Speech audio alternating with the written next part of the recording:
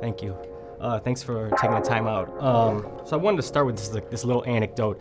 When I watched the film and I saw your character looking at your brother's CDs, and it gave me this visceral reaction of trying to buy something for my brother, Adele's second album.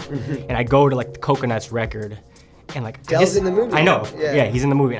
But I can't remember his name, and so it evoked something from me. We're the same age. So what did you hope this would viewers our age would take away from this film versus guys, these guys' ages? It's a two-part answer. One is, I hope it would work for anyone, any age, and that's been the beautiful part of showing the film, is seeing like people who are 60 love it, people who are 12 love it. It just, because it's just the feeling of growing up and working your way up through into a group of friends and finding a community, and at a time in your life when it's you and your friends versus the world. And secondly, I don't want anyone to take anything away. Like, I just wanted to tell this story, create these characters, and hopefully people just take away what they take away. Like, I love the audience, and I hate when I'm watching a film and I feel the filmmaker shoving their thoughts and what they want down your throat. Like, I just want you to see it and take away what you take away. This could be for anybody, but I really believe the friendships in this film. And you're obviously been acting for a while. You guys are newer to it. Do you think that showing a friendship develop is even harder than like showing like a romance develop? I'd say it's like an animal kingdom where it's like a cub, just like finding his way. Like, all right, I can't word this fuzzy. I was trying to do it, but it wasn't working. Yeah, well, he's saying that this story is just about this young, like in the animal kingdom, like you enter a pack and you're trying to like work your way up.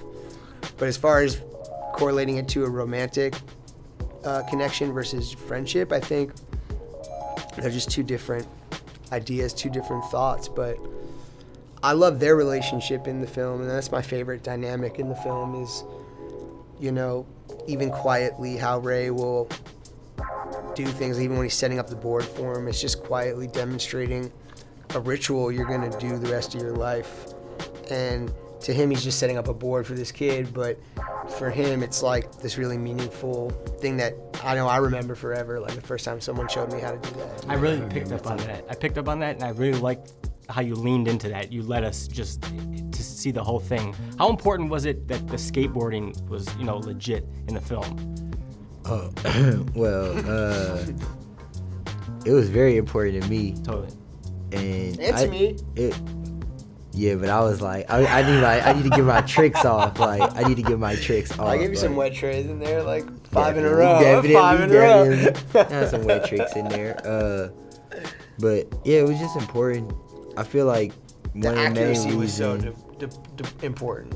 Yeah. Sorry to cut you off. I think one of the main reasons is just because, skateboard movies get kind of done dirty and they got weird CGI and weird Cowabunga. Yeah, cowabunga dudes and like stunt doubles that are clearly not actors, and luckily we all actually skate like in a real way. So it's like let's show them what it's really like not from I feel like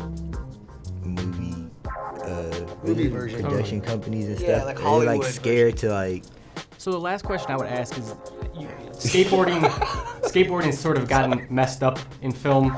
It's kind of gotten radicalized and butchered, and you said the same thing about sort of hip hop, and there's a spiritual similarities. Can you just speak a little bit about how you tried to avoid those cliches?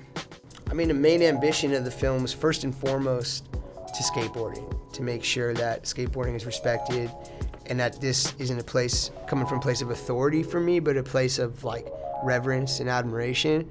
And I took painstaking costs to make sure that even the biggest asshole could watch this movie and be like, that's how it is. That's what a skate shop is like. That's what a group of friends who skate is like. That's how they talk to each other. The which skater wears which brands at that time. You know, our friend Aaron Meza, who was the skate consultant, worked for Girl in Chocolate for 20 years.